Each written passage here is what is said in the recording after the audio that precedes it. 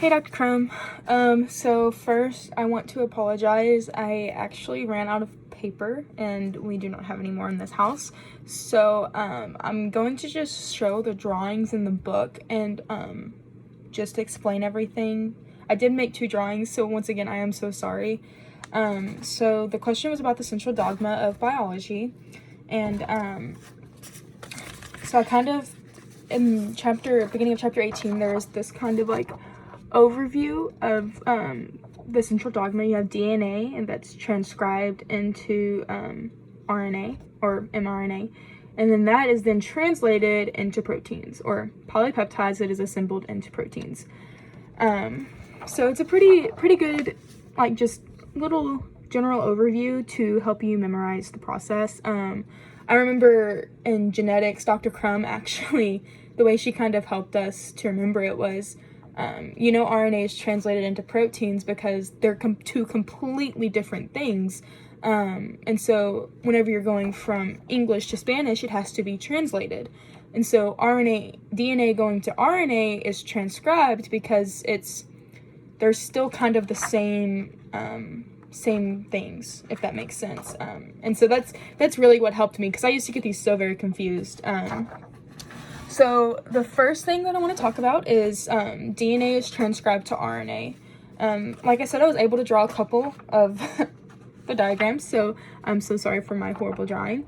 But here is basically how the 4 main steps of the transcription from DNA to RNA, and I apologize, I drew an extra one by accident and I didn't realize until it was too late, so please just ignore this scribbled out part. So the first stage is the binding. Make sure you see that. Yeah. The first stage is the binding of RNA polymerase to a DNA promoter sequence, which triggers local unwinding of the DNA double helix. So, as you can see right here, you have your RNA polymerase coming in, and it's unwinding the double helix right here, to allow for the RNA sequence to come in. So then we're going to go to step 2, which is here. RNA polymerase then initiates the synthesis of an RNA chain. After initiation takes place, the RNA polymerase molecules moves along the DNA template, unwinding the double helix, and I'll go on to step 3 in a second. I just want to take a minute to explain. So, right here you have the RNA sequence coming in through the promoter. This is the promoter section of the DNA, and this is the RNA polymerase. So step 3 is elongating the RNA chain as it goes. The unwound region of DNA is known as a transcription bubble. During this process, the enzyme catalyzes the polymerization of nucleotides in an order determined by their base pairings with the DNA template strand. So, as you can see, the RNA polymerase is elongating or moving along the template strand of the DNA right here. And as you can see right here, RNA is actually elongating. It's going to continue to go until it gets to the terminator section of the DNA template strand right here. And that's where it's going to terminate and stop, and that is actually the final stage in transcription. So eventually RNA polymerase dissociates from the DNA template, which leads to termination of RNA synthesis and releases the complete RNA molecule. And as you can see right here, this is the complete RNA molecule. The DNA goes back to being wound into the double helix, and you have the final step. So transcription, by definition, is the synthesis of an RNA base sequence of a template DNA strand. Transcription of DNA is carried out by the enzyme RNA polymerase, which catalyzes the synthesis of RNA using a DNA template.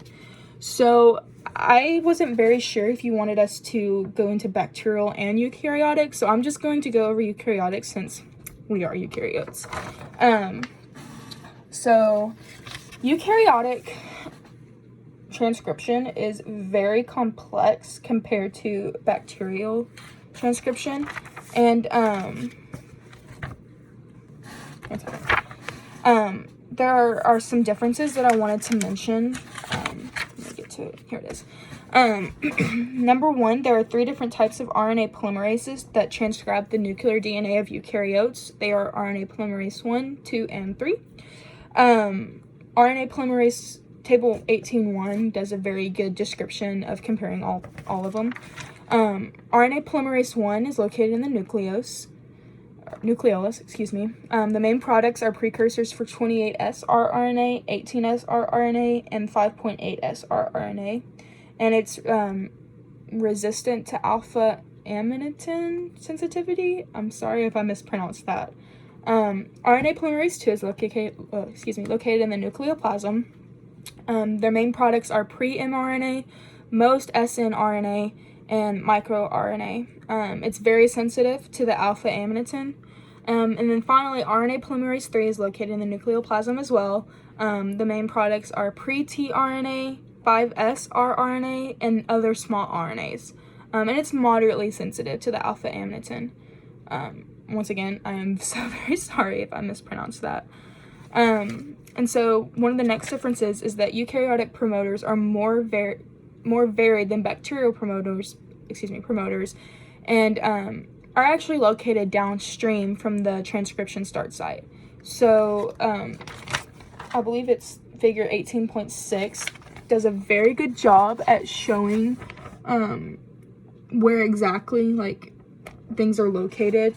Because I remember whenever I was in genetics and we were going over this, it was kind of hard for me to remember, especially when you got into like the TATA box and the Brie and downstream promoter element and initiator and like where it all was located.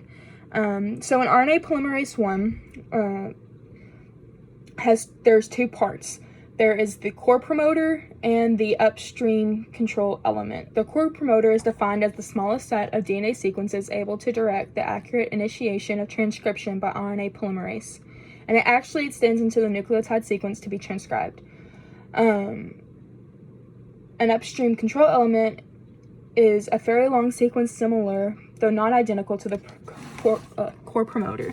So, let me see if I can take one of my, there we go, so we don't have the image coming through. So, yeah, so this is your upstream control element. So upstream is always going to be to the left of the start site, and downstream's to the right of the start site. It can get very confusing. So this is the upstream control element right here, and then you have the core promoter right here, and then that's your start site. So then you have in RNA polymerase 2, there are 4 different sections. You have the initiator, or short initiator, or INR. You have the TATA box, which consists of a consensus of TATA with a couple more A's following after the final one. You then have the Brie, which is located slightly upstream from the TATA box, and then you have the downstream promoter element located 30 nucleotides downstream from the start site. The TATA box is usually located about 25 nucleotides upstream from the start site, and so you can kind of see that right here. So, as you can see, you have your start site right here, and that is your INR. About 25 nucleotides upstream, you have your TATA box, and then right above the TATA box, you have the Brie, and then down from the INR, you have the DPE, or downstream promoter element. Sorry, I remember the initials, but it's hard to remember the names. And so basically, eukaryotic transcription has the same process as the 4 stages I described earlier. So I'm going to continue to finish reading the differences between bacterial and prokaryotic and eukaryotic transcription. So binding of eukaryotic RNA polymerases to DNA requires the participation of additional proteins called transcription factors. Sorry. Protein-protein interactions play a prominent role in the first stage of eukaryotic transcription. And then RNA cleavage is more important than the site where transcription is terminated in determining the location of 3' end of the RNA product. And then newly forming eukaryotic RNA molecules typically undergo extensive RNA processing both during and to a larger extent after transcription. So it's kind of interesting how you're going from DNA to RNA, and even though you think it should just be very simple, in eukaryotics it's actually very complicated because more factors play in than just bacteria. So once you have your RNA, you have translation that occurs that goes into proteins. Let me get to the diagram. So the main, it gives the best general overview of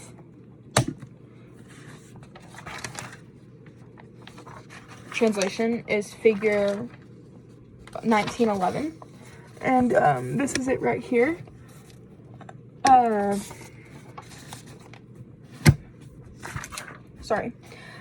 translation of mRNA into polypeptides begins the synthesis of a polypeptide chain at its amino terminal end or N-terminus, and sequentially adds amino acids to the growing chain until the carboxyl terminal end or C-terminus is reached.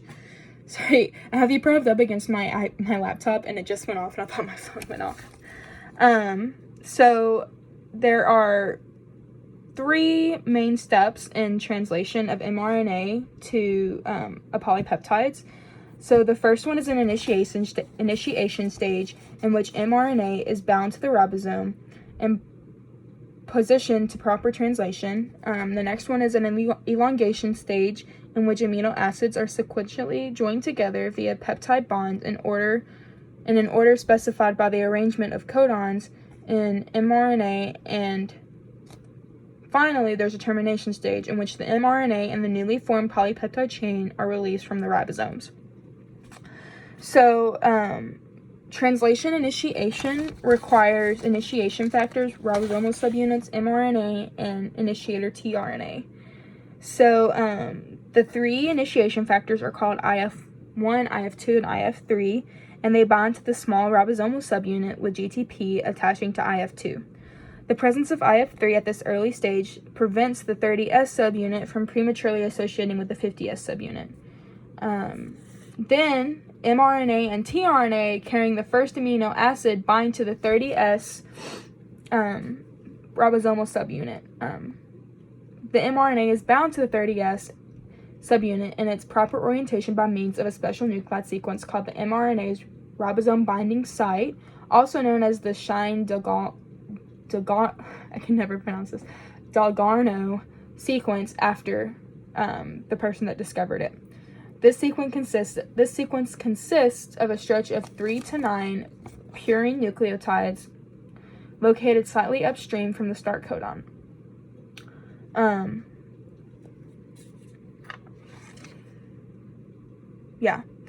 So then, in eukaryotic, that was bacteria. In eukaryotic initiation, unlike the situation in bacteria, the AUG start codon in eukaryotes specifies the amino acid methionine rather than informal methionine. Eukaryotes also use a somewhat different pathway for assembling the initiation complex. First, they use a different set of roughly a dozen initiation factors known as EIFs, which are named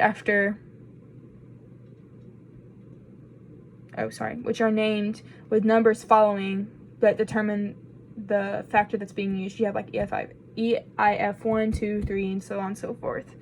And then translocation that occurs, which is the second step, requires that an elongation factor, EF-G plus GTP become transiently associated with the ribosome. And